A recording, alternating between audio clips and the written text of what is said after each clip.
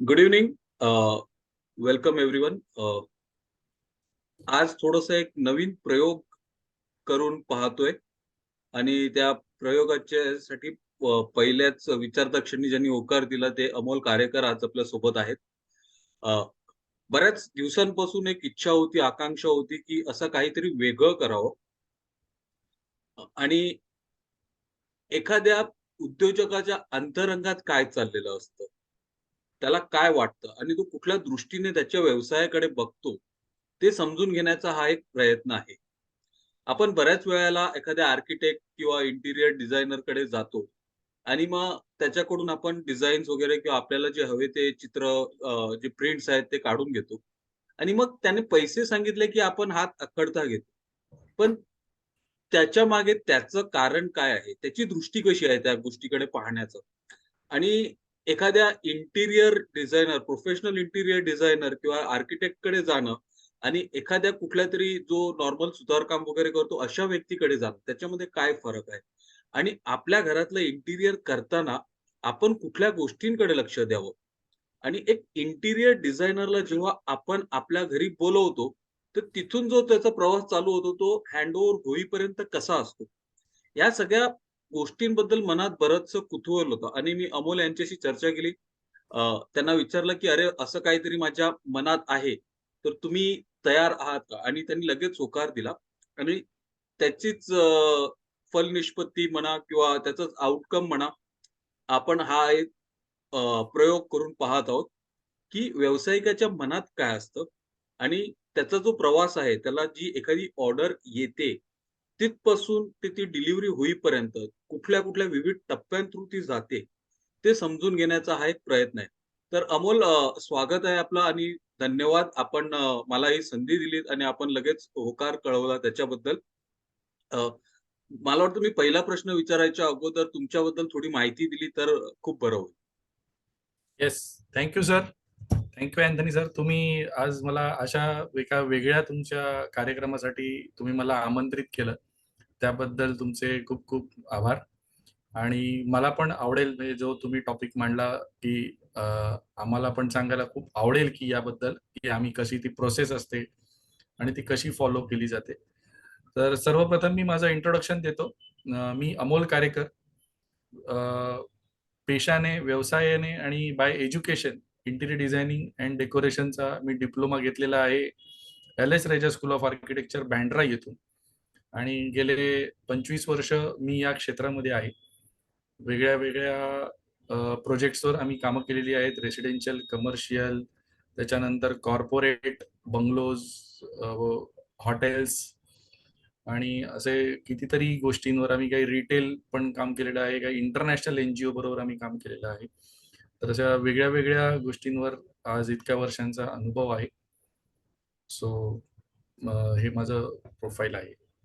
मला वाटतं तुम्ही फक्त मुंबईत किंवा महाराष्ट्रातच नव्हे तर भारतात सुद्धा बऱ्याच ठिकाणी कामं हो, हो. केलेली आहेत. जे आम्ही प्रोजेक्ट जसे मिळाले तसे. बऱ्यापैकी संपूर्ण भारतभर आम्ही कामं केलेली आहेत. म्हणजे बंगलोर, हैदराबाद, हुबळी आहे. त्याच्यानंतर तुमचं सिन्नर, पुणे, म्हणजे वेगळ्या वेगळ्या लोकेशन्सना, अहमदाबाद आहे. सो ऑलमोस्ट असं एक 15-20 डेस्टिनेशन तरी नक्कीच आहेत जिथे आम्ही काम केलेलं आहे. गोवा आहे आणि ऑल ओव्हर इंडिया आम्ही आमची सर्व्हिसेस आहे. इव्हन पुणा, नाशिक आणि लोणावळा, पाचगणी, देवळाली अशा विविध ठिकाणी आमचे प्रोजेक्ट्स चालू असतात. Good, good.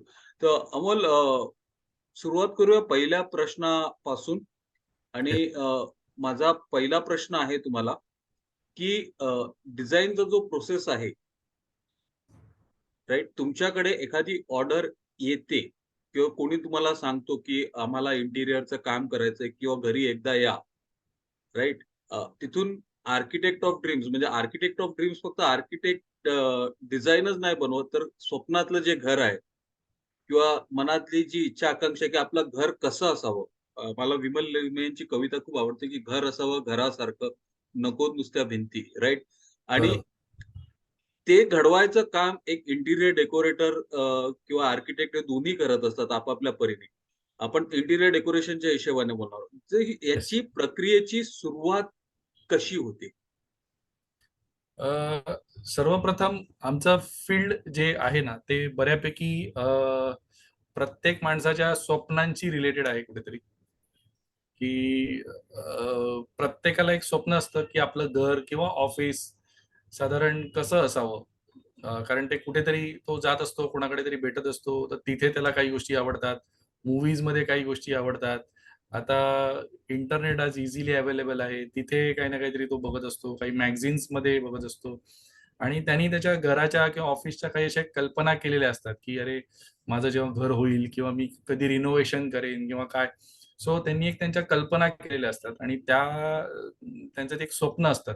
सो आमच्याकडे बेसिकली खूप महत्वाची जबाबदारी असते. खूप मोठी जबाबदारी त्या असते. स्वप्नांना आकार देण्याचं, हां. आणि प्रत्यक्षात ते स्वप्न आणण्याचं. सत्यात उतरवणं, हे आमचं खरं काम आहे. आणि ते म्हणूनच आमच्या कंपनीची टॅगलाईन पण तीच आहे, की "we make your dreams come true smartly." अरे वाह! फारच छान, फारच छान. मला वाटतं आपण पहिल्या टप्प्याकडे जाऊया.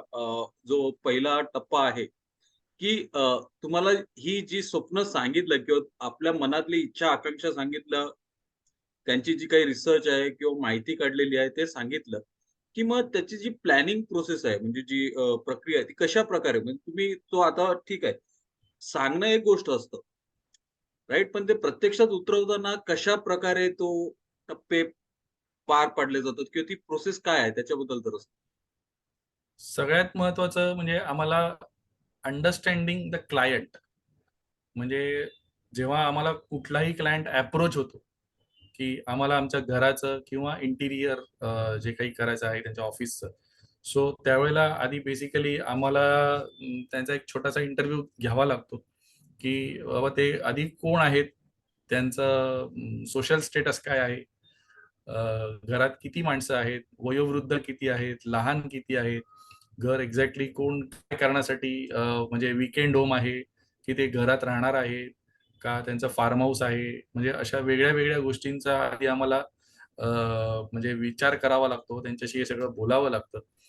त्याच्यानंतर त्यांच्या घरातलं कल्चर कसं आहे? कधी-कधी 2 वेगळे-वेगळे कास्टची विचार लोकं, पद्धती असतात. विचार पद्धती असतात. त्याच्यानंतर सोशल स्टेटस त्यांचं वेगळं असतं. काही नोकरी करत असतात, काही बिझनेस असतात, बिझनेसमन असतात, काही प्लेयर्स असतात, काही आर्टिस्ट असतात. सो अशा वेगळ्या-वेगळ्या लोकांसाठी वेगळे-वेगळे म्हणजे आम्हाला क्लायंट्स अप्रोच करत असतात आणि ते आम्हाला स्टडी करणं सगळ्यात महत्वाचं असतं, की आम्ही कोणासाठी हे करतोय, for whom we R doing. आता अमोल जे तुम्ही सांगितलंय स्टडी करणं गरजेचं असतं. ते का महत्वाचं? म्हणजे एखादं असं उदाहरण देऊ शकता का? म्हणजे थोडंसं एक जेव्हा वडील बोलवतात तेव्हा त्यांच्या प्रोबॅबली घराकडे पाहण्याचा दृष्टिकोन वेगळा असेल आणि मुलाचा दृष्टिकोन वेगळा असेल. घर मात्र एकच आहे. मग तसं काहीतरी तुम्ही जे सांगतायत ते इंटरव्ह्यू सांगतायत किंवा स्पोर्ट्स पर्सन आहे किंवा जे आर्टिस्ट आहेत, तर तसा काहीतरी विचार पद्धती त्याच्यामध्ये कारण आहे का तुम्ही जे सांगितलं त्याच्याबद्दल? येस, खूप. कारण ते प्रत्येकाचं शेवटी कसं असतं, की एक पर्सनॅलिटी असते. प्रत्येक ती त्या पर्सनॅलिटी, त्याच्या आवडी त्याच्या इच्छा, ते सगळं त्याच्या इंटिरियरमध्ये रिफ्लेक्ट होणं खूप गरजेचं असतं. कारण तो शेवटी ते त्याच्या त्या घरात राहणार असतात. त्यांना ते घर त्यांच्या कम्फर्टेबल प्रमाणे झालं पाहिजे. त्यांना त्या घरात कोझी वाटलं पाहिजे आणि ते त्यांच्या ओव्हरऑल लाईफस्टाईलशी, त्यांच्या आवडी हे एकरूप झालं पाहिजे. तेव्हा ते त्या घरात म्हणजे ते घर एन्जॉय करू शकतात आणि ते तेवढं कोझी फील करू शकतात. सो आम्ही एक आर्टिस्टचं पण घर केलं होतं. तर त्यावेळेला त्याला म्हणजे तो म्युझिशियन आहे. सो तो एक यंग मुलगा होता. तो म्युझिशियन आहे. सो त्याला घर एकदम असं ॲब्स्ट्रॅक्ट पाहिजे होतं आणि त्याला त्याची क्रिएटिव्हिटी जिकडे बूस्ट होईल, की त्याला त्याची रूम अशी हवी होती, की मी म्युझिशियन आहे. मी रोज नवीन म्युझिक्स बनवत असतो. रोज काही ना काहीतरी वेगळ्या-वेगळ्या कॉर्ड्सवर काम करत असतो. त्याचा खूप मोठा सेटअप होता. म्हणजे त्याचा आम्ही जवळ-जवळ 9 फुटाचं आम्ही फक्त टेबल केलेलं. अरे वाह! कारण त्याच्यात 2-2 स्क्रीन, 3-3 स्क्रीन, त्याच्या प्रचंड मोठी म्युझिक सिस्टम, सगळे त्याचे कीबोर्ड वगैरे सगळं ते आम्ही त्याचं प्रॉपर डिझाइन केलं होतं. आणि त्याला मी नुसतं असं फक्त यांच्याकडे बघणार नाही, की मला आजूबाजूला जरी बघितलं तरी मला ते काहीतरी सुचलं पाहिजे, काहीतरी वाटलं पाहिजे आणि मी राहिलो पण पाहिजे. त्याच्यातच मी झोपलो पण पाहिजे, की ते माझा म्हणजे मेंदू सतत कार्यरत राहील. सो असे पण काही क्लायंट असतात, की आम्हाला त्यांच्यासाठी काम करावं लागतं. नाही मला वाटतं आपण सहसा जेव्हा हे इंटिरियर डेकोरेटरला सांगतो किंवा त्यांना जेव्हा हे ब्रीफ देतो, तेव्हा मला वाटतं आपण फक्त सांगायचं काम करतो. पण या सगळ्या एवढ्या गोष्टी विचारात घ्याव्या लागतात, अ, पाहाव्या लागतात, समजाव्या लागतात आणि म्हणजे जे क्लायंटची अंडरस्टँडिंग किंवा अंडरस्टँडिंग युअर क्लायंट जे आपण बोलतोय ना, ते किती महत्वाचं आहे ते याच्यातून मला वाटतं लक्षात येतं. आणि त्याच वेळेला मला वाटतं जर आपण एखादा क्रीडापटू म्हणजे एक स्पोर्ट्स पर्सन घेतला तर त्याचं बहुतेक भिंत जी आहे ती कदाचित त्याला मिळालेल्या अवॉर्ड्स किंवा ट्रॉफीज त्याच्यानी सजलेली एक्झॅक्टली. असेल आणि त्याचा जो आवडता खेळाडू आहे किंवा क्रीडापटू आहे राइट, त्याचा फोटो किंवा त्याची डिझाइन किंवा इमेज वगैरे असेल. तर असं बरोबर. दॅट सो मेडल्स असतात, अंडरस्टँडिंग ट्रॉफीज असतात, ते ठेवायला आम्हाला जागा स्पेशली बनवावी लागते आणि त्या परत ट्रॉफी वाढत जातील, त्याच्यामुळे त्याच्या तो पण एक्स्ट्रा विचार स्पेस करायला पण पाहिजे. त्याच्यासाठी बनवावी लागते. ओके. सो आणि महत्वाचं म्हणजे मग तो त्यांना इंटिरियर का करायचंय हा पण आधी विचार करावा लागतो, की त्यांना का इंटिरियर करायचंय. म्हणजे काहींचं नवीन घर असतं, काही रिनोव्हेशन करायचं असतं, काहींना जुनं झालंय, खूप वर्ष झाली आहेत.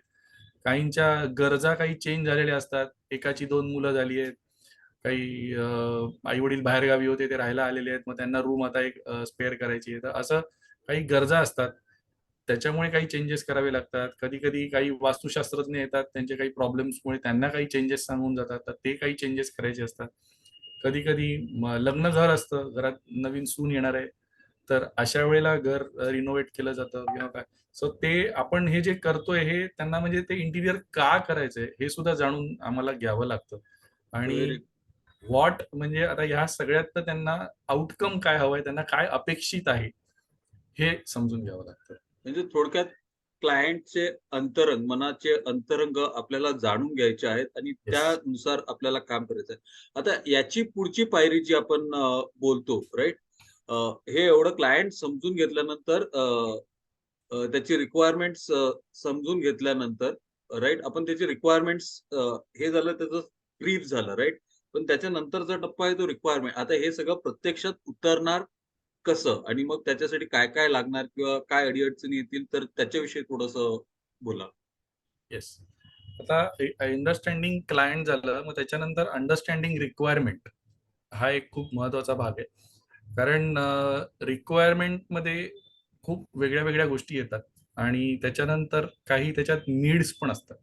सो कधी कधी माणसांना रिक्वायरमेंट आणि नीड्स हां, हा याच्यातला फरक पण समजून घेणं खूप महत्वाचं फरक आहे. समजून घ्यावा लागतो. कारण रिक्वायरमेंट अशी असते की ओके, मला या गरजेची इच्छा आहे, हे माझ्याकडे असावं असं मला वाटतं, पण ते असेल नसलं तरी काही फारसा फरक पडत नाही. So it's just a requirement. आणि नीड अशी गोष्ट आहे की ती गरज आहे, की ती गोष्ट तिथे असायलाच पाहिजे, जर ती नसेल तर मला चालणारच नाही. तर हं. हे आधी समजून घ्यायला लागतं की क्लायंटच्या रिक्वायरमेंट्स काय आहेत आणि त्यांच्या नीड्स काय आहेत. आणि हे खूप त्याच्यात एक छोटीशी लाईन असते जी क्लायंटला कधी कधी कळत नाही, पण ती आम्हाला समजून घ्यावी लागते की हे एक्झॅक्टली यांना काय हवंय किंवा काय नकोय, आणि काय आपण गोष्टी टाळू शकतो, काय अकोमोडेट करू शकतो, काय अकोमोडेट करणं गरजेचं आहे आणि काय अकोमोडेट झालं नाही तरी चालू शकेल. तर हे थोडंसं त्याच्यातली लाईन जरा अशी धुसर असते, तर ती आम्हाला थोडीशी ती फाइंड आउट करावी लागते पण एक्झॅक्टली. हे करत असताना अमोल कधी क्लायंटकडून कारण बऱ्याच वेळा क्लायंटच्या अपेक्षा असतात आणि जाणीव नसते. तर ही जी फाईन लाईन आहे ना, ही सांभाळताना काय काटकसर करावी लागते किंवा क्लायंटला कसं समजून कारण बऱ्याच वेळा क्लायंट एखाद्या वेळी हट्ट पकडून बसू शकतो किंवा मला असंच हवं. पण मग ते कदाचित कन्स्ट्रेंट्स आहे किंवा जसं तुम्ही बोललात आता गरज आणि रिक्वायरमेंट राइट? हे फरक. मग हे समजून देताना किंवा क्लायंट म्हणून त्यांनी कसा विचार करावा या गोष्टीचा किंवा त्यांनी कशाप्रकारे या गोष्टीकडे पाहावं? ते त्यांच्याचकडून आधी त्यांच्या या सगळ्या आम्हाला गोष्टी पहिल्यांदा विचाराव्या लागतात, काय आहे? आणि मग त्याच्यातलं आम्हाला फाइंड करायला लागतं, की बाबा ही तुमची गरज आहे आणि तुमची रिक्वायरमेंट आहे. पण ही समजा जरी पूर्ण होत नाहीये किंवा जर होऊ शकत नसेल काही अ, गोष्टींमध्ये, तर ती समजून द्यावी लागते, की ही तुमची गरज नाहीये, ही फक्त तुमची रिक्वायरमेंट आहे. तुम्ही कुठेतरी काहीतरी बघितलं म्हणून तुम्हाला पाहिजे. पण हे प्रॅक्टिकली इथे वर्क होत नाहीये किंवा हे तुम्हाला इथे चालणार नाही किंवा हे ह्याच्यामध्ये फिट होत नाहीये. हे इथे असेल तर हा तुम्हाला कदाचित ड्रॉबॅक होऊ शकतो. हा त्याचा तुम्हाला फायदा होणार नाहीये. तर हे त्यांना ते प्रॅक्टिकली सगळ्या गोष्टी समजून द्याव्या लागतात. त्याच्यावर आम्हाला पण थोडासा स्टडी करावा लागतो, की रिक्वायरमेंट आणि नीड्समध्ये त्यांचा स्टडी करून मग त्यांना त्या गोष्टी समजून द्यायला लागतात. आणि कारण कसं असतं, की गरजा परत काही जनरल गरजा असतात, की हां, मला हे पाहिजे. आणि काही स्पेसिफिक असतात, की नाही मला हे म्हणजे हे तरी तुम्ही प्लीज मला हे तरी मला मिळेल का? असं. सो ते परत काही स्पेसिफिक गरजा म्हणजे नीड्समध्ये पण परत स्पेसिफिक नीड्स असतात आणि त्याच्यानंतर त्यांच्या काही आवडी-निवडी असतात. त्यांना काही रंग आवडत असतात, त्यांच्या काही स्टाईल्स असतात, त्यांचं काही हॉबीज असतात, काही त्यांच्या हॅबिट्स पण असतात, की मला कपडे इथेच ठेवायला आवडतात, मला घडीच केलेले आवडतात, मला हँगरच पाहिजे. सो या त्यांच्या हॅबिट्स पण असतात, ज्या त्यांना बदलायच्या नसतात, की मला हे असंच लागतं. सो हे सगळं अंडरस्टँडिंग रिक्वायरमेंट्स म्हणजे हे सगळं रिक्वायरमेंट्समध्ये येतं. रिक्वायरमेंट्स अँड नीड्स हा बेसिकली त्याच्यात भाग आहे. अच्छा. मग याच्यानंतर पुढचा जो टप्पा आहे, तो काय? आता आपण रिक्वायरमेंट समजून घेतो. आपण स्टार्ट केला प्लॅन पासून. त्याच्यानंतर आपण क्लायंट अंडरस्टँड करतो. त्यांचं रिक्वायरमेंट फाईन ट्युनिंग कुठे काय करतो आणि मग पुढचा टप्पा जो आहे, तो स्पेस असणार. राइट? बरं. मला वाटतं खूप महत्वाचा घटक आहे. कारण जे काही आहे, ते त्या जागेत बसतंय की नाही हे पाहणं खूप महत्वाचं आहे. आणि बसणं किंवा बसवणं दोन्ही गोष्टी खूप महत्त्वाच्या आहेत आणि मला वाटतं तिथे तुमची जी अनुभव आहे किंवा तुमची जी कार्यपद्धती आहे, I think that plays a major role right? तर त्याच्याबद्दल थोडंसं सांगा. जागा का व कशी व किती महत्त्वाची आहे? येस. आधी सगळ्यात महत्वाची तर जागा अंडरस्टँड करावी लागते. म्हणजे आधी समजून घ्यावी लागते जागा, की जागा काय आहे, कशी आहे, कुठल्या लोकेशनवर आहे, किती उंचीवर आहे, अ, तिथून व्ह्यू काय आहे, काय व्ह्यू ब्लॉक होतोय, म्हणजे कुठे जर काय केलं तर कुठला व्ह्यू ब्लॉक होऊ शकतो किंवा त्यांना किती ओपन स्पेस आहे, वारा कुठून कुठे आहे, त्यांचं ओरिएंटेशन, दरवाजे आणि खिडक्यांचं ओरिएंटेशन कसं आहे, त्यांचं म्हणजे आता काही बाबतीत दिशा बघाव्या लागतात. जर वास्तुशास्त्र वगैरे जर जर विचार करायचा असेल तर दिशांचा विचार करावा लागतो. त्यांनी काही स्पेसिफिक दिलेलं असतं, की हे इथेच असायला पाहिजे, हे तिथेच असायला पाहिजे. सो ह्या गोष्टी आहे. त्याच्यानंतर साधारण कुठला फ्लोर आहे, त्यांना तिथून काय दिसतंय, काय नाही दिसतंय.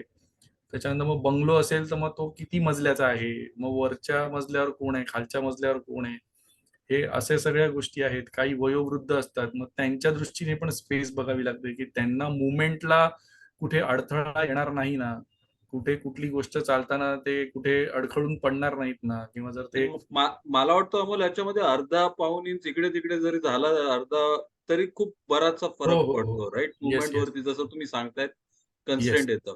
हो, कारण मग त्यांचे मग कुठे पायाला ठेच लागणार नाही ना, कुठे गुडघ्याला काही लागणार नाही ना. म्हणजे प्लस घरात जर अगदी अति लहान मुलं असतील, रांगणारी किंवा एकदमच खूप लहान मुलं असतील 1-2 वर्षाची, तर मग त्यांच्या दृष्टीने पण फर्निचर डिझाइन करताना विचार करावा लागतो, की जास्त हार्श कॉर्नर मग कुठे देता येत नाही.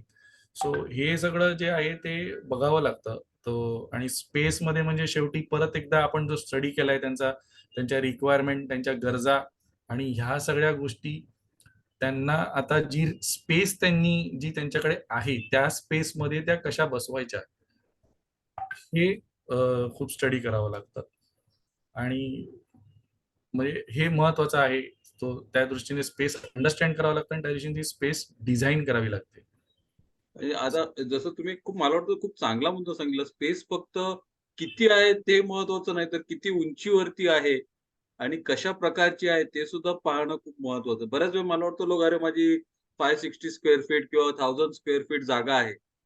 पण बाकीच्या पण गोष्टी आहेत ज्या स्पेसमध्ये बसतात आणि त्यांचा विचार होणं सुद्धा का गरजेचं आहे. तर मला वाटतं हा खूप एक चांगला मुद्दा सांगितला तुम्ही. जसं व्ह्यू ब्लॉक नाही होणार, व्हेंटिलेशन ब्लॉक नाही होणार. एक्झॅक्टली. या एवढ्या सगळ्या गोष्टींचा विचार करावा लागतो आणि मला वाटतं नॉर्मली जेव्हा आपण सांगतो तेव्हा फक्त आपण सांगतो, "अरे बाबा असं पाहिजे, तसं पाहिजे." But I think this things do not play at the back of our mind. मग हे स्पेस झाल्यानंतर मला वाटतं कदाचित पुढचा टप्पा असेल, की हे सगळं त्या स्पेसमध्ये समजून घ्यायचं झालं, तर मोजमाप किंवा मेजरमेंट्स येतात. एक्झॅक्टली. मेजरमेंट्सचा रोल किती महत्वाचा आहे? आणि बऱ्याच वेळेला मला वाटतं मेजरमेंट्स डिसाईड करेल तुमची जागा कशी वापरायची, राइट? आणि मग तुमच्या ज्या इच्छा, आकांक्षा ज्या आपण अगोदर बोललो किंवा रिक्वायरमेंट्स आणि नीड्स ते बसतील, नाही बसतील. मला वाटतं I think that will play a major role again आणि बऱ्याच वेळा तुम्ही गेल्या गेल्या कदाचित तुम्हाला समजून येत असेल, की हा बाबा ही स्पेस अशी आहे, ही मेजरमेंट अशी आहे, ते अनुभवाने झालं असेल. तर मेजरमेंट्स विषयी थोडंसं सांगा? येस.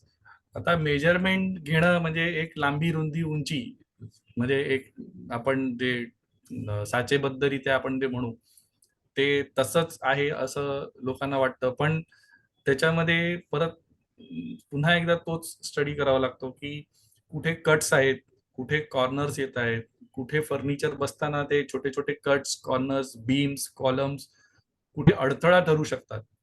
आणि त्या कुठे ते अ, जागा आपली कमी करू शकतात किंवा ते कुठे आपली जागा वेस्ट करू शकतात. कारण ते स्ट्रक्चरची रिक्वायरमेंट असते. ते त्या ठिकाणी त्यांच्या जागी ते बरोबर असतात.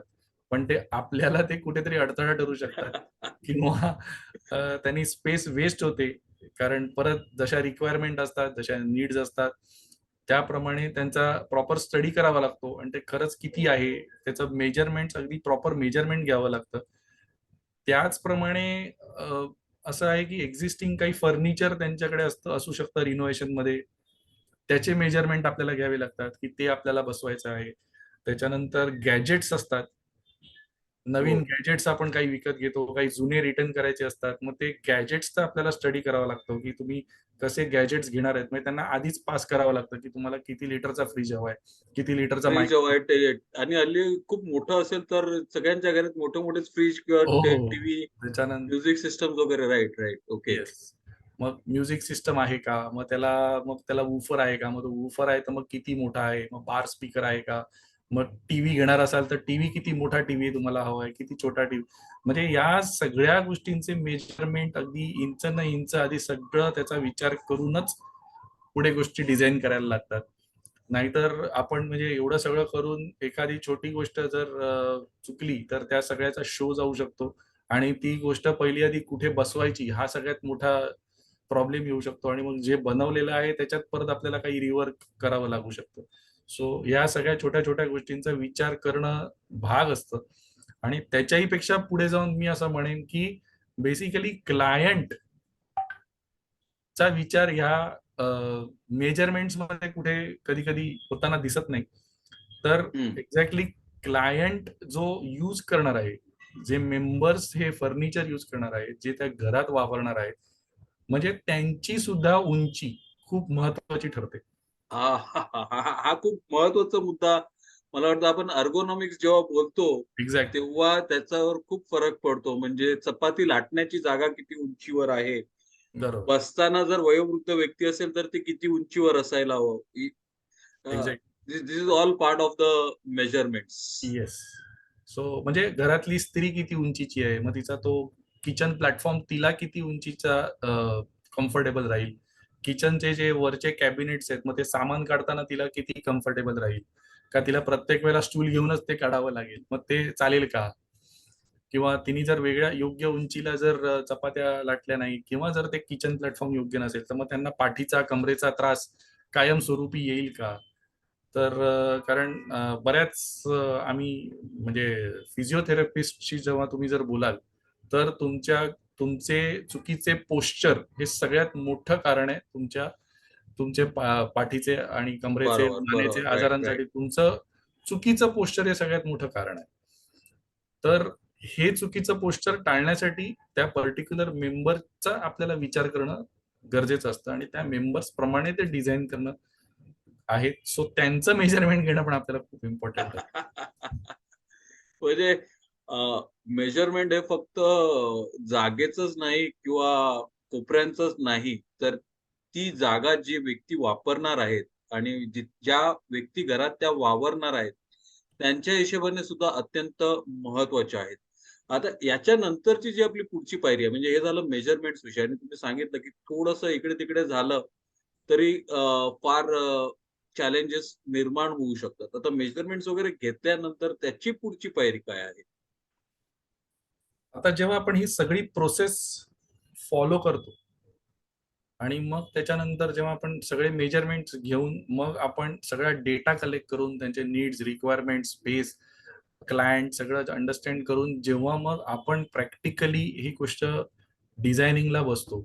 सो त्यावेळेला ह्या गोष्टीचा विचार करत जे काही आपण क्लायंट बरोबर इंटरॅक्शन केलेले असतात, सो त्या सगळ्यांचा डेटा चा अनालिसिस करून आणि त्यांच्या सगळ्या गरजांचा, रिक्वायरमेंट्सचा मग इथे अनालिसिस एक करून. प्रश्न विचाराल, सॉरी तुम्हाला इंटरप्ट करतोय. इथे एक प्रश्न येस, विचाराल. येस. मग हे तुम्ही सगळे नोट्स काढता, लिहून घेता, की इथे डोक्यातच फीड करून ठेवता? कारण मला वाटतं ब्लूप्रिंट बनवताना त्या सगळ्या गोष्टी ज्या आपण अगोदर बोललेलो आहोत, मेजरमेंट्स पासून, जागापासून, त्यांच्या इच्छा, आकांक्षा, रिक्वायरमेंट्स, नीड्स वगैरे त्या सगळ्या खूप महत्त्वाचा रोल प्ले करणार आहेत आणि त्यांना कशासाठी हव्या आहेत, ते सुद्धा प्ले करणार आहेत, राइट? बरोबर. तर मग हे सगळे तुम्ही जे सांगता त्याच्यासाठी तुम्ही काही म्हणजे नोंद वगैरे करता किंवा कसं हो, काय? हो. ब्लूप्रिंट नोट्स बनवताना करणं. उपयोगी येस, येस, येस. नोट्स करणं खूप गरजेचं असतं. कारण त्याच्यातले कुठलाही एखादा पार्ट जर आपण राहून गेला, तर त्याचा त्यांना खूप पूर्ण मोठा जे काही परिणाम. आहे ते हां. सगळं वाया जाऊ मग शकतं. त्यांना त्यांचा खूप मोठा परिणाम भोगावा लागू शकतो. सो हे नोट्स करणं खूप गरजेचं आहे. कारण त्यांचे प्रत्येक मेजरमेंट आपल्याकडे फिजिकली असणं गरजेचं आहे. त्याचबरोबर आपण सगळ्या घराचे संपूर्ण फोटोग्राफी करतो, की एक्झिस्टिंग घर कसं आहे, कुठे-कुठे कट्स, कॉर्नर्स वगैरे. कारण जेव्हा आपण म्हणजे ब्लूप्रिंट करायला बसतो, त्यावेळेला या सगळ्या म्हणजे व्हिज्युअली पण ते कसं दिसतं आहे आणि ते नंतर व्हिज्युअली कसं आपल्याला करायचं आहे. कुठे-कुठे काही जागा कशा आपण निर्माण करू शकतो. ह्या सगळ्याचा विचार करताना ते फोटोग्राफ्स सुद्धा आपल्याला तेवढेच उपयोगी पडतात आणि बाकीचा जो आपला सगळा डेटा आहे, तो आपल्याला उपयोगाला पडतो आणि त्या सगळ्या डेटावर मग आपलं पहिलं प्लॅनिंग एक सुरू होतं. एक बेसिक एक फर्स्ट कट लेआउट बनतो, की एक बेसिक प्लॅनिंग होतं, की कुठे-कुठे, कशा-कशा गोष्टी बसतायत, काय होतंय त्याचा स्टडी, त्याचे काही अल्टरनेटिव्हज होतात, की अजून काही दुसऱ्या पद्धतीने या गोष्टी बसू शकतात का? अजूनही याच्यात काही कुठे कम्फर्ट लेव्हल येऊ शकते का? असे 2-3 अल्टरनेटिव्हज आपण वर्कआउट करतो, 2-3 ब्लूप्रिंट्स त्याच्या बनवतो आणि मग आपण ते क्लायंटच्या समोर आपण त्यांच्या समोर घेऊन जातो, की हे आपण जो काही स्टडी केलाय त्याच्यावरचं प्लॅनिंग. आणि मला वाटतं ब्लूप्रिंट त्याच्यानंतर मग आपल्याला जो लेआउट आहे तो येईल आणि ब्लूप्रिंट हा एक महत्त्वाचा टप्पा आहे, हो, where it actually starts panning out ना, म्हणजे की आता हे प्रत्यक्षात कसं येणार आहे, कसं दिसणार आहे त्याची एक आयडिया आणि मग तो लेआउटमध्ये आपण त्याचं रूपांतर येस. करतो, राइट? आणि मग म्हणजे प्रोबॅबली तुमच्या इथे 3D डिझाईन्स वगैरे जे काही आहे ते इथे येतात हो. की तो थोडासा अजून पुढचा टप्पा आहे. पण आधी म्हणजे हे आपल्याला लेआउट फायनलायझेशन, म्हणजे जेव्हा आपण ब्लूप्रिंट 2-3 अल्टरनेटिव्हज घेऊन जातो. मग त्याच्यातलं काही आपल्याला आपण कॉम्बिनेशन, परम्युटेशन कॉम्बिनेशन काही होतात. काही क्लायंटच्या काही त्यांच्या कल्पना असतात, की असं नको असं, किंवा मग त्याच्यातनं मग आम्ही त्यांना काही वे आउट काढून देतो. अजून काही चांगले गोष्टी, काही वास्तू कन्सल्टंट्सकडे मग ते प्लॅन, मग त्याच्यातनं ते काही त्यांचे सजेशन्स येतात. त्यांचे काही चेंजेस येतात. मग हे जे आपण 2-3 अल्टरनेटिव्हज बनवलेले असतात, जे आपले ब्लूप्रिंट बनवलेली असते, त्याच्यानंतर मग याचं आपल्याला लेआउट फायनलायझेशन होतं आणि मग ते त्याच्यामध्ये स्पेस मॅनेजमेंट डिस्कशन सगळं करून मग आपला एक लेआउट फायनल होतो, की आता एक लेआउट फ्रीज होणं ज्याला आपण म्हणतो, की बाबा हे आता ह्या-ह्या ठिकाणीच पाहिजे आणि हे जे काही डायमेन्शन्स आपले प्लॅनिंगमध्ये जे डायमेन्शन्स आहेत, म्हणजे ते आता हे डायमेन्शन्स हे फ्रीज होणार, त्याच्या जागा सगळ्या फ्रीज होतात आणि तेव्हा आपलं लेआउट ही प्रोसेस कंप्लीट होते. हो, फारच छान. म्हणजे layout is when actually things will start taking shape. Yes, blueprint हे एक्झॅक्टली. ते कसे दिसणार ते आणि ते प्रत्यक्षात कसे येणार ते लेआउट. मग बरोबर. याच्या नंतरचा जो पुढचा टप्पा आहे 3D views, right? Yes. I think walk through किंवा 3D व्ह्यूज आपण ज्याला बोलतो. बरोबर. मग हे मला वाटतं खूप महत्वाचं आहे कारण प्रत्यक्षात ते कसं दिसणार आहे आणि त्याचं लूक अँड फील काय असणार आहे. मला वाटतं त्याची पहिली झलक किंवा पहिला एक्सपिरियन्स आपल्याला इथे बरोबर. येतो. तर हे 3D व्ह्यूज का व किती महत्वाचे आहेत आणि तुम्ही कशाप्रकारे ते क्रिएट करताय, मग क्लायंट्सला कसे प्रेझेंट करता ते? आता 3D व्ह्यूज हे 3 डायमेन्शनल व्ह्यूज आपण ज्याला म्हणतो, हे खूप इम्पोर्टंट आहे. कारण आपण जो लेआउट असतो हा फक्त एक 2 डायमेन्शनल मध्ये असतो. म्हणजे एक्स ॲक्सिस, वाय ॲक्सिस फक्त तिकडे असतं, की त्याचं साधारण ती किती लांब गोष्ट असेल, किती रुंद गोष्ट असेल. पण ती किती उंच असेल हे आपल्याला 3D मध्ये कळतं. त्याच्यानंतर त्याच्यातले छोटे-छोटे आपण जे काही कॅबिनेट्स बनवतो, जे काही कपाटं बनवतो, मग कुठे ग्लास येणार आहे, कुठे त्याचं फिनिशिंग काय असणार आहे. हे या सगळ्या ज्या गोष्टी आहेत त्या तुम्हाला 3D मध्ये कळतात. त्याच्यात लाईट अरेंजमेंट कशी आहे. कारण लाईट्स हा खूप महत्वाचा इंटिरियर मधला घटक आहे. खूप महत्वाचा घटक आहे, की तुम्ही सगळं चांगलं करा, पण त्याला जर लाईट्सच कमी असतील, तर ते नीट तुम्ही बघू शकत नाही. त्याचा अपीअरन्स तेवढा चांगला येऊ शकत चांगला येत नाही आणि मला नाही. वाटतं लाईटचं impact overall look and feel yes. वरती पण बराचसा प्रभाव येस, येस. पडतो. कारण तो एक अँबियन्स क्रिएट करतो. परत येस. लाईट डिझायनिंग करताना तो दिवसाचा किती लाईट असेल, रात्रीचा किती लाईट असेल, हो, येस. ह्या सगळ्यावर विचार करायला लागतो. परत जसं मगाशी आपण म्हटलं वयोवृद्ध आहेत, तर मग त्यांच्यासाठी किती ल्युमेन्स तिकडे पाहिजेत, किती ह्या सगळ्याचा विचार करावा लागतो. किती लाईट्स मला एक्स्ट्रा द्यावे लागतील, किती वॅटेजचे लाईट वापरायला लागतील. मग आता लाईटमध्ये पण आता 300K, 4000K, 3000K, 4000K, 6000K असे प्रकार आहेत. त्याचे ल्युमेन्स वेगळे असतात. सो या सगळ्याचा विचार करून ते 3 डायमेन्शनल व्ह्यू आपण बनवतो. पुन्हा त्याच्यात त्यांच्या इच्छा, गरजा, त्यांची स्वप्न ते सगळं त्याच्यात येत आहे. आवडी-निवडी, रंग जे काही आपण आतापर्यंत सगळ्याचा विचार केलेला होता, जो काही आपल्याकडे सगळा डेटा होता, तो या सगळा डेटा हा 3D करताना वापरला जातो. आणि तो डेटा जेव्हा ऍक्च्युअल त्या 3D करताना जेव्हा तो त्या डेटामुळे ऍक्च्युअली तो 3D शेप घेतो. असं आहे. आणि ते आपण क्लायंटच्या समोर त्यांना प्रोड्यूस करतो आणि तेव्हा त्यांना कळतं की एक्झॅक्टली माझी ही जी काही स्पेस आहे, जे काही घर आहे, जे काही ऑफिस ती आहे, कशी दिसणार आहे? ते एक्झॅक्टली कसं दिसणार आहे, त्याचं रंगसंगती जी मी सांगितलेली ती आहे का, किंवा कुठे कुठे कसे छोटे छोटे कप्पे कसे आहेत, किती सुंदर ते आपण डिझाईन केलेलं आहे. कारण सगळ्यात महत्वाचं इंटिरियर्स मध्ये असं आहे की आधी तुमच्या गरजा पूर्ण होणं खूप गरजेचं आहे. कारण त्या येस. गरजा जेव्हा पूर्ण होतात, ज्याचा एक बेसिक बॉक्स बनतो, मग तो बॉक्स नंतर कसा डेकोरेट करायचा, म्हणजे आधी डिझायनिंग हे इम्पॉर्टंट आहे आणि डेकोरेशन हा त्याचा नंतरचा पार्ट झाला. सो ते डिझायनिंग किती व्यवस्थित झालंय आणि त्याचं मग नंतर डेकोरेशन आपण ते कसं केलंय, ह्या सगळ्या गोष्टी आपल्याला 3D मध्ये एकत्र बघायला मिळतात. वाह!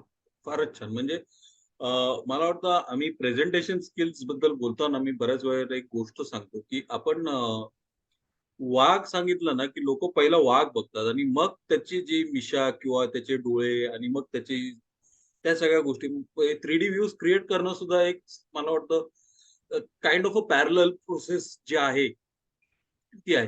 हे झाल्यानंतर मग मला वाटतं आपलं पुढचं जे असणार आहे सॉरी इज त्यांचे टाईमलाईन्स वगैरे किंवा आपण एक्झिक्युशन वगैरे त्याच्याकडे येणार की फायनलाईज करणार राइट? की आता हे असं दिसतंय, तुमचा खर्च प्रत्यक्षात बजेट एवढा असणार आणि मला वाटतं सुरुवातीला कदाचित जे रिक्वायरमेंट स्पेस आणि ह्या सगळ्या गोष्टींचा पण बजेटवर परिणाम होतो राइट? आणि 2 प्रश्न इथे. एक पहिली गोष्ट म्हणजे क्लायंट जेव्हा बोलवतो तेव्हा तो पहिलं बजेट सांगतो हा एक प्रश्न आहे आणि दुसरं जे आहे ते की नाही तुम्ही पहिलं सगळं बनवा, करा आणि मग मला बजेट द्या.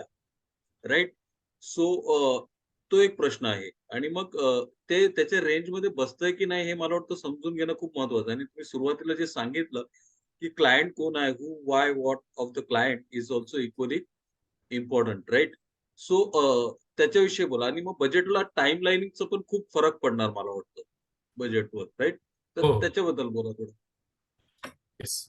बजेट ही गोष्ट अशी आहे की कितीही स्वप्न असली आणि कितीही इच्छा असल्या, कितीही गरजा असल्या, तरी आपल्याला पैशाचं सोंग आणता येत नाही. म्हणजे आणता येत नाही. कितीही म्हणजे अगदी ऑर्डिनरी माणूस असला काय किंवा काही अगदी श्रीमंत माणूस असला, तरी प्रत्येकाचं एक बजेट ठरलेलं असतं, की त्याला त्या स्पेसवर तो मॅक्स टू मॅक्स तो किती खर्च करू खर्च शकतो. करू इच्छितो. आणि सो ह्या काही जण आम्हाला पहिल्यांदा सांगतात की बाबा आमच्याकडे एवढं बजेट आहे, ह्याच्यात बसवा. मग आम्ही शक्यतो ते विचारण्याचा नेहमीच प्रयत्न करत असतो किंवा आम्ही आमच्या सांगण्यामधनं त्यांना एक आयडिया देत असतो, की की किती साधारण खर्च बजेट किती किंवा अंदाजे किती खर्च होईल? येस. कारण ते पहिल्यांदा हा प्रश्न असतोच, की ठीक आहे आम्हाला हे सगळं करायचंय, पण साधारण किती? तर किती? ते साधारण किती हे आम्ही त्यांना वेळोवेळी सांगतच असतो. आणि पण हे सांगताना अर्थातच त्यांचं परत एकदा चॉईस काय आहे, त्यांचं स्टेटस काय आहे, या सगळ्या गोष्टी बघून ते बजेट व्हेरी होतच असतं. आणि त्यानंतर जो लागणारा वेळ आहे, तो वेळ सुद्धा जसं आहे की घर कुठलं आहे, म्हणजे राहतं घर आहे, एक्स्ट्रा घर आहे, बाहेरगावचं घर आहे, तर ह्या सगळ्यावर त्याचा वेळ पण अवलंबून असतो, की राहतं घर असेल तर ते त्यांना लवकर हवं असतं. बरोबर. की जर ते सेकंड होम असेल तर त्याच्यात फारशी घाई नसते, आणि जर नवीन जरी घेतलेलं घर असेल तरी त्याच्यात मूव्ह व्हायची कधी कधी घाई नसते. हो. So, right. अशा काही गोष्टी टाइमलाईन थोडस त्यांच्या एक्झॅक्टली रिक्वायरमेंटवर टाइमलाईन थोडंसं कमी जास्त होतं. आणि बजेट सुद्धा परत तसंच आहे की त्यांना किती प्ले करायचं आहे, किती कशा गोष्टी, काय लेवलच्या गोष्टी हव्या आहेत त्यांना, किती.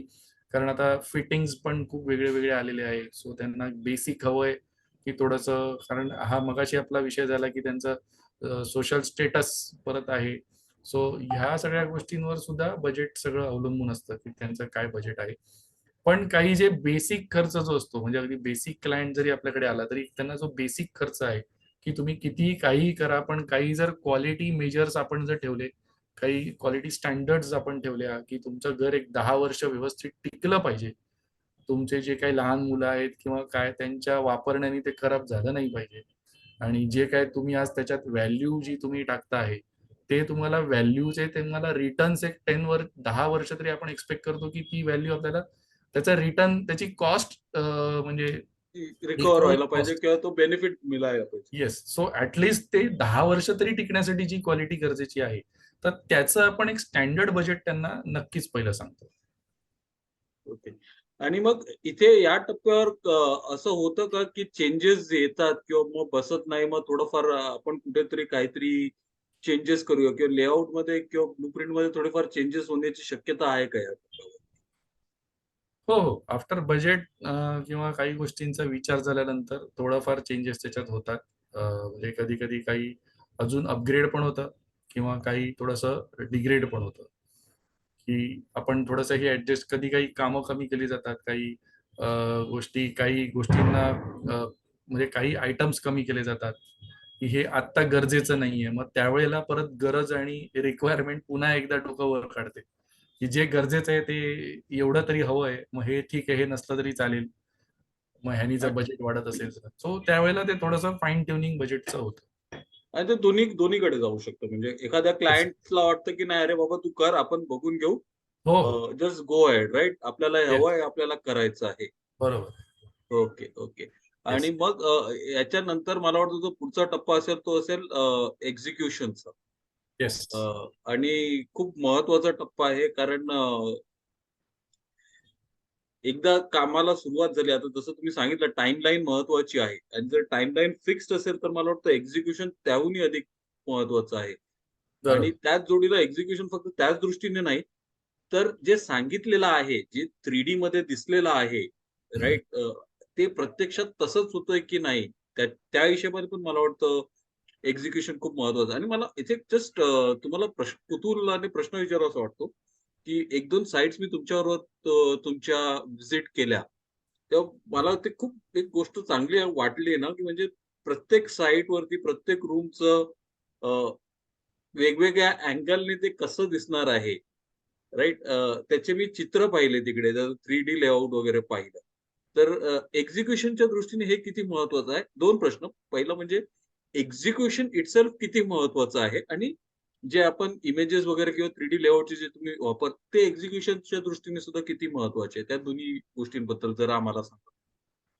येस. आता एक्झिक्युशन किती महत्वाचं आहे, म्हणजे एक्झिक्युशन शिवाय तर गोष्टीच होणार नाही. सगळ्यात महत्वाचं आहे. जे कुठलंही प्लॅनिंग, कुठलंही एक्झिक्युटच जर केलं नाही, तर ते होणारच तर नाही. होणारच नाही. बरोबर, बरोबर. सो पहिल्यांदा आपल्या सगळ्या जेव्हा गोष्टी फ्रीज होतात, त्याच्यानंतर त्या गोष्टींचं म्हणजे त्यांचं मटेरियल काढल्या जातात. कुठलं मटेरियल आपल्याला हवंय, कुठलं ऑर्डर करायचंय, आणि मग त्याच्यात स्टेप बाय स्टेप ठरवलं जातं, की पहिलं आपण कुठलं काम सुरू करणार आहे. त्याचं एक डे टू डे प्लॅनिंग होतं. जर 90 डेज आपण टायमिंग दिलाय, तर 90 डेजमध्ये किती दिवस, म्हणजे रिव्हर्स प्लॅनिंग होतं, की सगळ्यात शेवटी क्लिनिंग किती असेल, मग पेंटिंग किती असेल, मग असं सगळं उलटं रिव्हर्स प्लॅनिंग आम्ही करतो. आणि मग आपल्याला पहिल्या 15 दिवसात काय काम करायचंय, आणि पहिल्या 15 दिवसात आपल्याला कुठलं कुठलं मटेरियल लागणार आहे, कुठल्या कुठल्या एजन्सीज आपल्या काम करणार आहेत, कोण कधी स्टार्ट करेल, कोण कुठून स्टार्ट करेल. ऍट अ टाइम जरी 4 एजन्सी चालू करतात तरी प्रत्येक जण कुठल्या कुठल्या एरियातनं चालू करेल. सो याचं एक आपल्याला प्रॉपरली प्लॅनिंग करावं लागतं, आणि मग जे त्यांना ते मटेरियल, ते 15-15 दिवसाचं प्लॅनिंग आपल्याला ब्रेकअप करून त्या 15-15 दिवसाच्या प्लॅनिंग प्रमाणे आधी काही गोष्टी क्लायंटकडनं अप्रूव्ह, आधी काही प्री अप्रूव्ड गोष्टी करून घ्याव्या लागतात. कारण तरच ते नेक्स्ट 15 डेज मध्ये त्या गोष्टी त्या टाइम स्लॉटला येऊ शकतात आणि तरच ते एक्झिक्युशन त्या त्या वेळेप्रमाणे सरकू शकतं. सो ह्या म्हणजे हे सुरू करायच्या आधी सुद्धा काही गोष्टी आपल्याला बिफोर स्टार्टिंग सुद्धा आपल्याला क्लायंटकडनं काही प्री अप्रूव्ड गोष्टी कराव्या लागतात. म्हणजे साधारण मटेरियल कुठलं पाहिजे याच्यापासून ती सुरुवात असते. सो मला हे त्या हा बोला. नाही नाही, बोला बोला. सो त्या स्टेप प्रमाणे ते मटेरियल अप्रूव्ह केलं जातं, त्या स्टेप प्रमाणे ते क्वांटिटी प्रमाणे ते मटेरियल साईटवर आणलं जातं. ते ज्या स्टेपला जे लेबर्स असायला पाहिजे ते लेबर्स येतात आणि ऑफकोर्स क्वालिटी चेक तर जे दरवेळेला आहे ज्याप्रमाणे कामं असायला पाहिजे ते केलं जातं. आपण हार्डवेअर वगैरे त्या क्वालिटीचं आपण हार्डवेअर त्यांना देतो आणि परत एकदा ते सगळं आल्यावर स्टेप बाय स्टेप काही मॉकअप्स करून परत एकदा क्लायंटला त्यावेळेला ते दाखवलं जातं, परत त्याचे अप्रुव्हल्स घेतले जातात आणि मग पुढे जात जातो. त्या स्टेप बाय स्टेप त्याचं सिलेक्शन्स असतात आणि मग ते तेवढं परफेक्ट होत आहे की नाही ते सगळं बघितलं जातं. तर हा सगळा एक एक्झिक्युशनचा भाग झाला आणि ते जागच्या जागी वेळच्या वेळी त्या जे आपण टाइम शेड्यूल ठेवलेला आहे त्याचा एक आपल्याला एव्हरी 15 डेज रिव्ह्यू पण घ्यावा लागतो की बाबा हे 15 डेज मध्ये आपण जे ठरवलेलं ते काम त्या त्या वेळेला होतंय का, किंवा कुठे आता स्पीडअप करायला लागणार आहे का, किंवा कसं आहे. तर हे त्या त्या प्रकारे एक्झिक्युशन मध्ये त्या गोष्टी खूप इम्पॉर्टंट असतात. आणि आता जो तुम्ही मगाशी म्हटलं की त्याचे जे काही फोटोज किंवा काही 3D व्ह्यूज आपण ते स्टिकवर ठेवलेलं असतं, तर जसं आपल्याला एक गोल सेटिंग असतं की बाबा मला हे इथपर्यंत पोचायचंय म्हणून आपण ते काही गोल्स जसे आपण लावतो, तर त्याप्रमाणे त्या लेबरसाठी किंवा त्या त्या माणसासाठी जो तिकडे काम करतोय किंवा करतोय. आम्ही जे तिकडे करतोय किंवा क्लायंटला, म्हणजे क्लायंटला माहितीये की माझं हे घर असंच दिसणार आहे, मला हे माहितीये की मला असंच घडवायचं आहे आणि पण तो प्रत्यक्ष जो काम करणाऱ्या प्रत्यक्ष व्यक्तीला काम येस. करणाऱ्याला पण सुद्धा ते जे त्याचं चित्र आहे ते त्याच्या म्हणजे त्याला त्याला ते फीड व्हायला पाहिजे, त्याच्या ब्रेनला फीड व्हायला पाहिजे आणि तो त्या प्रकारे ते रोज बघत जेव्हा जातो तेव्हा रोज तो त्या पद्धतीनेच काम करत जातो. तो कुठेही डायव्हर्ट होत नाही किंवा त्याला ते गाईडलाईन असते किंवा मला ही करायचंय, मी काहीतरी हे चुकीचं करतोय का, सो ते त्याला तो तयार झाल्यावर सुद्धा तो त्याच्याशी मॅच करतो आणि जर कुठे काही त्यालाच जर चुकीचं वाटलं तर तो परत रिवर्क करू शकतो. सो ह्या सगळ्या गोष्टी म्हणून ते समोर आपण ठेवलं जातं त्या गोष्टी की त्याला कुठल्याही ठिकाणी तो अडकू नये आणि कुठेही आपलं कोणाचंही माइंड, आपण साईटवर गेल्यावर आपल्याला रेफरन्स इमेज नेहमी क्लायंटला मिळते, अरे हा हे काय चालू आहे, कसं चालू आहे, हे जे दिसतंय तेच बनतंय का. तर ह्या सगळ्या गोष्टीसाठी ते रेफरन्स इमेजेस समोर आपण ठेवल्या जातात. नाही, हे खूप सुंदर ना, म्हणजे छोट्या अगदी बेसिक लेव्हलवरती जी व्यक्ती आहे त्याला सुद्धा तो गोल किंवा जे हे आहे ते कळावं, हे खूप महत्वाची गोष्ट आहे. आणि मला वाटतं आपण जेव्हा नॉर्मली मॅनेजमेंटमध्ये पण बोलतो किंवा कन्सेप्ट बद्दल बोलतो, तेव्हा ना आपण त्याला व्हिजन बोलतो आणि ते व्हिजन शेवटच्या व्यक्तीपर्यंत कसं पोहोचणं महत्वाचं आहे. एक पॅरलल लेसन आलं म्हणून मी जस्ट कुड नॉट रेसिस्ट दॅट टेम्पटेशन.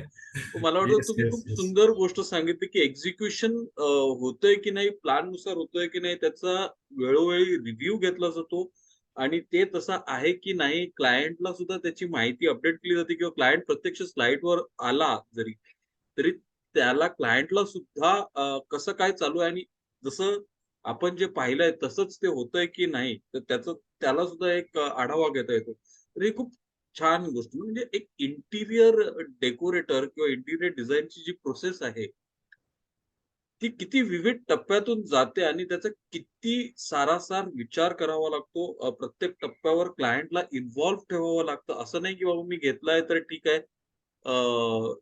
मी बघून घेईन, मग तुम्हाला नंतर बघू आपण झाल्यावर. तर खूप नाही, चांगलं तर त्यांना हे सांगितलं वेळच्या तुम्ही. वेळी क्लायंटला अपडेट करणं सुद्धा गरजेचं असतं, की आमच्याकडे अशी पण काही प्रोसेस आहे की काही एक आफ्टर एव्हरी 3 to 4 डेज त्यांना सगळे फोटोज पण जात असतात, क्लायंटला फोटोज जात असतात, काही व्हिडिओज जात असतात. सो त्यांना ते अपडेट्स पण मिळत असतात जरी ते साईटवर नसतील येत किंवा जरी ते 10-12 दिवस कुठे बाहेरगावी जरी गेले तरी ते त्यांना अपडेट्स मिळत असतात. म्हणजे अगदी माझे काही क्लायंट NRI क्लायंट्सही आहेत की जे फॉरेनला बसून इथे आम्ही त्यांची कामं इथे एक्झिक्यूट करतो.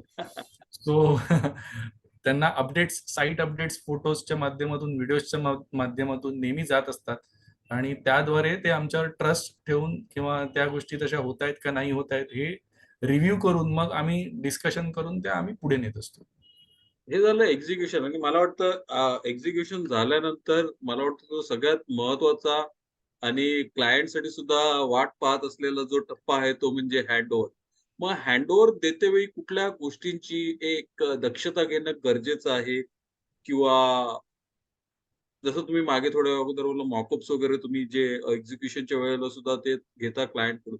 मग हँडओव्हर देतेवेळी कुठल्या गोष्टी तुम्ही अ, जाणीवपूर्वक ना, की ह्या गोष्टी मी असं पाहतो, की ह्या गोष्टी झालेल्या असलेल्याच पाहिजेत आणि ती प्रोसेस कशी असते?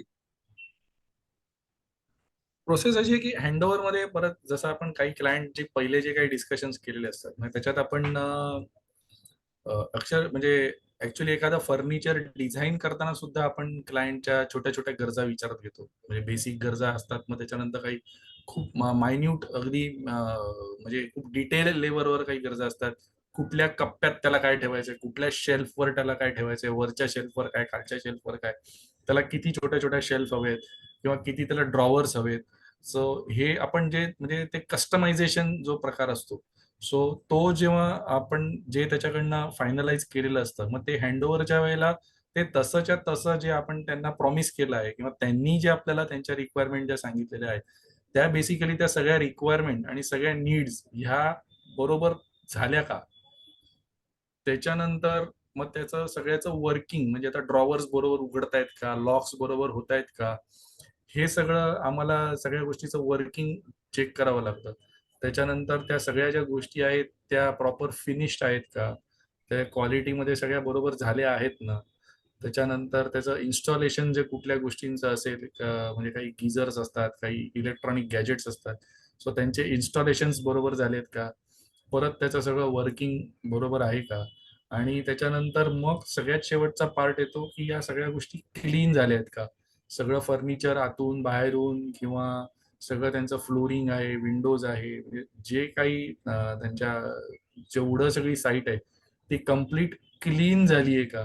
कारण त्याच्यासाठी आता आम्ही डीप क्लिनिंग एजन्सी सुद्धा अपॉइंट करतो. आम्ही डीप क्लिनिंग आमच्याकडनं फ्री देतो क्लायंटला हे सगळं करून, की आमच्या त्या व्हॅल्यू ॲडेड सर्व्हिसेस आहेत. इव्हन आम्ही साईट चालू असताना, एक्झिक्युशन चालू असताना आम्ही क्लायंटना कारण टर्माइट ट्रीटमेंट देतो, पेस्ट कंट्रोल ट्रीटमेंट ही आमच्याकडून आम्ही फ्री देतो, की उद्या ते जो एवढा खर्च तो जो क्लायंट करतो आहे, तो क्लायंट कुठेही त्याचा खर्च वेस्ट जाऊ नये काही छोट्याशा टर्माइट्समुळे. सो या सगळ्या गोष्टींची जी काळजी घेतली जाते हँडओव्हर करताना, हे सगळं डीप क्लीन करून सगळं फायनलाइज करून सगळ्यात शेवटी डीप क्लीन करून मग ते त्यांना हँडओव्हर केलं जातं. म्हणजे फक्त हँडओव्हर न राहता ते व्हॅल्यू एडेड कसं होईल याच्याकडे सुद्धा लक्ष दिलं जातं. खूपच येस. छान. आणि मला वाटतं हे सगळं झाल्यानंतर हुश्शा किंवा अजूनही थोडंसं काही शिल्लक राहतं. येस. म्हणजे राहतं म्हणजे तो जेव्हा क्लायंट ऍक्च्युली तो यूज करायला सुरुवात करतो काही गोष्टी, म्हणजे संपूर्ण घर तो यूज करायला सुरुवात करतो. यूज केल्यानंतर त्याला काही डिफिकल्टीज येऊ शकतात किंवा कधी-कधी त्या गोष्टी काही वर्क होत नाही. कधी इन्स्टॉलेशन काही प्रॉब्लेम्स असू शकतात किंवा काही म्हणजे अशा काही गोष्टी छोट्या-मोठ्या होण्याची शक्यता असते. और सगळ्याच गोष्टी खूप छान झाल्यावर त्याला ते गोष्टी आवडायला पण लागतात. तो ते एन्जॉय पण करायला लागतो. कारण सगळ्यात महत्त्वाचं ते त्याचं स्वप्न असतं. जे हं. त्याला पूर्ण झालेलं असतं, जे त्यांनी बघितलेलं असतं आणि ते त्याच्या बजेटमध्ये पूर्ण झाल्यावर तो अजून जास्त आनंदी असतो. त्याला नाही. एक्सपेक्टेड टाईममध्ये झाल्यावर तो अजून जास्त आनंदी असतो. सो या सगळ्या गोष्टी झाल्यावर he started loving, he started enjoying, आणि मग तो ह्या सगळ्या गोष्टी एन्जॉय करायला सुरुवात करतो. ते त्याच्यावर प्रेम करायला सुरुवात करतो आणि मग ते त्याचे स्वप्न पूर्ण झाल्यावर तो एका वेगळ्याच ट्रान्समध्ये असतो. सो तो एक वेगळ्याच आनंदामध्ये असतो. सो ह्या सगळ्या गोष्टी असतात आणि मग थोड्या दिवसांनी, काही दिवसांनी, 8 दिवसांनी, 15 दिवसांनी, महिन्याभरानी मग त्याचं कुठेतरी त्यांना एक फॉलोअप्स आम्हाला घ्यावे लागतात. काही रिव्ह्यूज घ्यावे लागतात, की सर कसं वाटलं? काय वाटलं? म्हणजे तुम्हाला गादीवर झोप चांगली लागते ना? इथपासून आम्हाला रिव्ह्यू घ्यावे लागतात. आणि मग वर्किंगमध्ये तुम्हाला कुठे काही प्रॉब्लेम येतो आहे का? सगळ्या गोष्टी बरोबर आहेत ना? काही तुम्हाला कुठेही काही छोटे-मोठे काही प्रॉब्लेम्स आहेत का? म्हणजे हे सगळं आपल्याला रिव्ह्यू त्यांचा घ्यावा लागतो. सो फॉलोअप्स आणि मग ते रिव्ह्यूज घेतल्यानंतर जर काही असेल तर ते फॉलोअप करून त्या गोष्टी व्यवस्थित परत कम्प्लीट करणं, किंवा कुठे काही राहून गेलं असेल तर ते कम्प्लीट करणं, आणि जर काही छान त्यांना आवडल्यानंतर त्यांच्या काही टेस्टिमोनीज घेणं, हे सगळं सुद्धा त्याच्यात रिव्ह्यूज आणि फॉलोअप्स मध्ये येतं. छान, छान. अमोल, मला वाटतं आपण इथपर्यंत म्हणजे ना एक संकल्पना ते प्रत्यक्षात ती कशी उतरते याचा सगळ्या गोष्टींचा आपण एक आढावा घेतला आणि येस. आपण जी ही माहिती शेअर केली आमच्याबरोबर त्याच्याबद्दल खूप खूप धन्यवाद. आणि मला वाटतं की एक आपण नॉर्मली विचार करतो की इंटिरियर डेकोरेटर्स किंवा एखादा आर्किटेक्टकडे आपण जातो तेव्हा ते इतकं पैसा का घेतात किंवा अरे, एवढा खर्च का होतो? तर मला वाटतं बऱ्याचशा त्या गोष्टींचं किंवा त्या शंका-कुशंका ज्या आहेत किंवा प्रश्न जे आहेत, त्यांना आपण एक त्याची व्यावसायिकाची ती काय दृष्टिकोन आहे त्या गोष्टीकडे पाहणं आणि त्याला कुठल्या प्रोसेस थ्रू जावं लागतं, ते समजून घेण्याचा प्रयत्न केला आणि आपण ते खूप चांगल्या प्रकारे सांगितलं. बरेचसे उदाहरण देऊन आणि छोट्या-मोठ्या गोष्टी बारकाईने किती महत्त्वाच्या आहेत, ते सांगितलं. त्याच्याबद्दल तुमचं खूप खूप धन्यवाद आणि जर तुम्हाला कार्यकारण असोसिएट्स यांच्याशी संपर्क साधायचा असेल, तर त्यांचे डिटेल्स अवेलेबल आहेत. You can get in touch with Amol as well आणि त्यांच्याशी तुम्ही संपर्क साधून बाकीच्या गोष्टींविषयी अधिक सविस्तररित्या बोलू शकता. अमोल, तुम्ही तुमचा खूप बहुमूल्य वेळ आम्हाला दिला त्याच्याबद्दल धन्यवाद आणि तुमच्या पुढील वाटचालीसाठी तुम्हाला खूप खूप शुभेच्छा.